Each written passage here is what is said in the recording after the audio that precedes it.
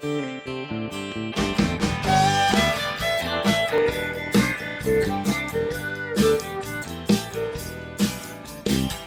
program is sponsored by Bet's Gold Coin. Join us for family-friendly dining. Hello and welcome to Women Leaders of Mariposa. I'm Carol Dewey, your host, and today I have with me my good friend Brenda Ostrom. Hi Brenda. Hi Carol. Thanks for joining me today. Thank you. Yeah. Brenda has a farm here in Mariposa, and it's a wonderful farm. She delivers an incredible box of gorgeous vegetables to me every couple weeks, and that's the normal thing that you do, huh? Once a week you're out there in the public delivering gorgeous vegetables to everybody, huh? Yes. Yes. So, Brenda, how did you come upon the whole farm concept? What led you to do that in Mariposa? Well, I think it was out of necessity. What had happened is that I came here to work for Yosemite National Park, which is arguably one of the most amazing valleys on our planet. Yeah. And that 7-mile by 1 mile planet just gets so much attention worldwide. And then the other part of it was the San Joaquin Valley, which is actually the most productive agricultural valley in the world, and it stretches from Sacramento to Bakersfield. And the availability of food when I moved here was really frustrating me. And so I just didn't understand that I lived right between Yosemite Valley and the San Joaquin Valley, and which is just an hour away. Mm-hmm. Like, why wasn't there the availability of that abundance in this community? Oh, right. And then I also, it was hard for me to get my mind around why people cared so much about Yosemite, but so little, about what they ate. And so, so that inspired me to start bringing food from that valley, like up into the other valley. Mm-hmm, mm-hmm.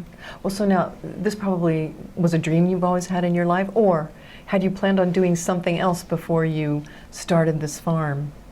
I never expected to be a farmer in my life. Yeah. And I've had a lot of different careers in transportation planning and delivering things and logistics and land use management. And so this was something completely unexpected for me. Right. But I just felt like I was just filling a needed gap in the community, and I grew to love the community, and so I felt like I could fulfill this role. Mm-hmm, mm-hmm. Well, now, let's see, you are from the Phoenix area, aren't you? Yes. Yeah. So how old were you when you moved up here? I moved up here, I've been here for 17 years. Oh, okay. Uh-huh. And then I think, Phoenix is interesting too, because I moved there at a time before it was super populated. I was there through the 80s, and I watched, and when I grew up in school, we learned about the Arizona and its economy and cattle and cotton and citrus. Mm-hmm. And during the course of the time that I was there, I watched the citrus virtually disappear from the Phoenix area and replaced by subdivisions. Oh. Yeah. And so just because Phoenix, grew from, I remember getting off the plane and having stairs rolled up to the plane and, just shocked that my parents even brought us here because it was just so small. And I came from northwest of Chicago, so we were used to a much bigger right. airport. And then just moving to the middle of the desert, I thought I was in the Coyote Roadrunner show. And then after that, but there was a certain sense of loss, with the disappearance of the trees and the agriculture. Oh my gosh, yeah, and so I just remembered that. And so when I brought that here and I started seeing the same attitudes, and I'm just like, all right, isn't anyone worried about what they're going to eat and where their food is going to come from? And mm-hmm. We really should do what we can to support, the farm communities that are just sitting an hour from here. Yes, yes. Yeah, the whole knowing where your food comes from. It's an interesting concept. I think we don't concentrate on that with our children. So I know that you've had a school program, or a program where the school was able to come out to the farm. Yes. And, yeah.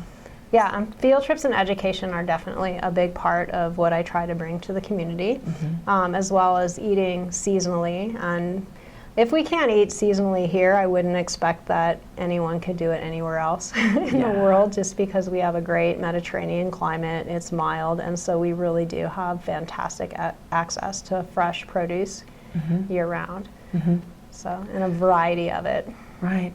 And so not only do you have produce, but you raise something else at your farm, don't you? Yes, and again, I just was thinking about it in terms of what I was not able to get.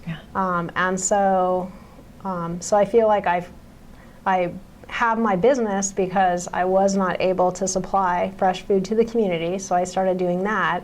And then when I looked like what I could get from other places, like I try to fill in the gaps, and those gaps happen to be poultry, and so I have eggs and meat and turkeys.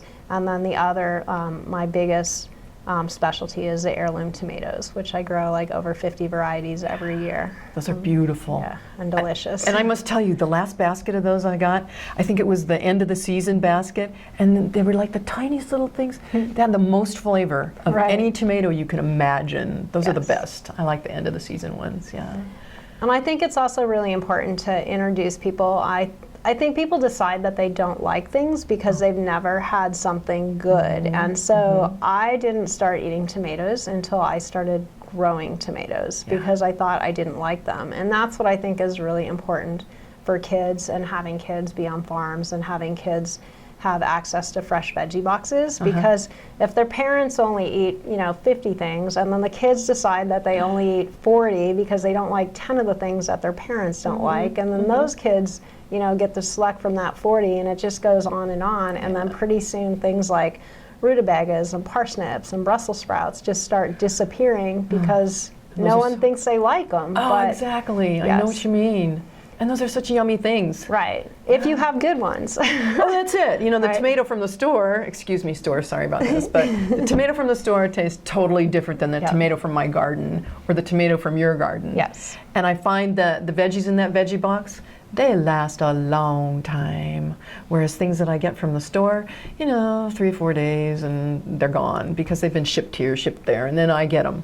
But with you, it's like from the farm to me. Yes. And it's been wonderful.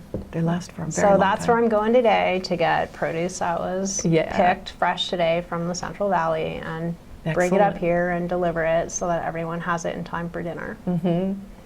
So you said something about the poultry not too long ago. You said, well, I have a degree in aeronautics, and so I guess it's fitting that I have chickens.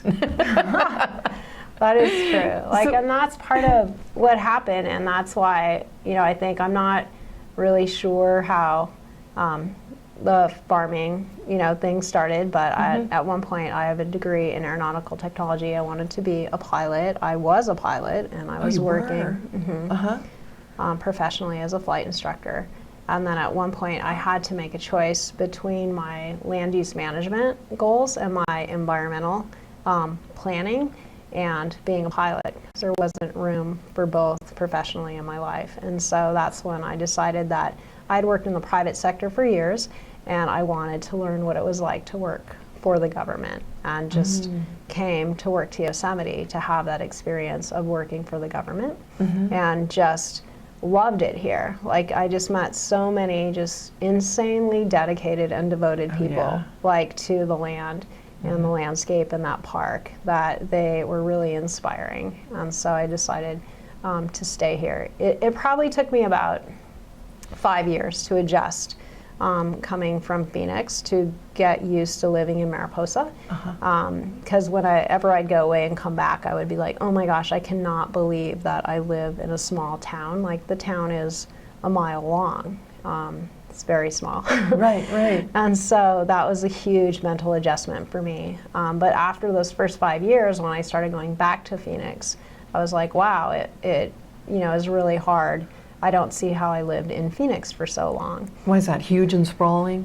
Well, I think part of it is the distractibility. And I think vision takes up, I think it's 80% of our brain is taken up by visual input. And so just driving around the city, and then, the strip malls, the stoplights, and there's just so much competing for attention. And so I find here, there's no stoplights in our community. Yeah. And there's not much of, there's just like trees, and it's just a lot more competing. And so I just feel like I have a lot more like brain capacity in a way to concentrate on. It's more soothing. Yeah, on work and things that are important to me, because Right. I'm not bombarded by the pressures of the outside Right. world. Yeah, that's why I planted trees in my place. It's just like we need to soften a little bit of Mariposa here and keep that going. Yep. But I came from the Bay Area, the South Bay Area, and that was really why I moved up here too, was the distractibility. All of the places that were feeding people went underneath asphalt and concrete, and more houses rose. So it was definitely a call to leave. So anyway, I'm sorry about that. So you also have your position up in the park, and what led you to that actually? Well, I came to work on environmental compliance, and just to work on NEPA compliance issues for their projects. And I had this huge background before I came here in destination management and tourism. Oh, okay. And so I spent like more than 10 years in the tourism industry. And so that's how I started working on transportation projects, because a lot of the park is related to transportation and recreation transportation behavior, which is just a little bit different than people commuting to work every day, and how people behave when they're on vacation is much different. Right. And so I'm working on a variety of projects related to transportation for the park as a consultant. Right. And I really enjoy that. Excellent. Yeah. So with your farm, where do you see it going, like within the next 5 years? Do you have any big plans to expand or do something a little different, or? Well, the farm is, I had bought a bare piece of land, so it takes a lot of infrastructure, like just a very devoted effort to get infrastructure in place to make it easier. And so we completed cross fencing this year. We're completing irrigation and a little bit electric, so everything can go on timers and just make it easier. So right now we're just looking for ways just to be more efficient with our time, and so that way we can plant more. And the other thing we're doing is a lot of soil building like efforts with compost piles, and I just opened up a new part of the farm, and it takes me about 5 years to get the soil how I like it for tomatoes. And so we had year one of this one section, and so it's just about composting it and just figuring out how to get that soil in shape so that it's ready for tomatoes in the out years. You have some great people that work for you, I know.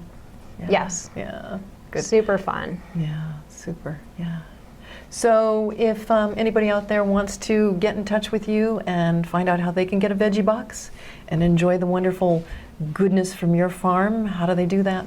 Well, it's called Mountain Meadow Farms, and I do have a website, mountainmeadowfarms.org, and that has information and contact information about how they can sign up and get deliveries. Excellent. And then also some of the other products. I also seasonally, when it's available, I have products at our local health food store, High Country Health. Oh, okay. And so people can grab like tomatoes in season or eggs in season from the health food store. Yeah, excellent. Well, thank you, Brenda. Thank Thanks for you. joining us. All right, thank you. All right.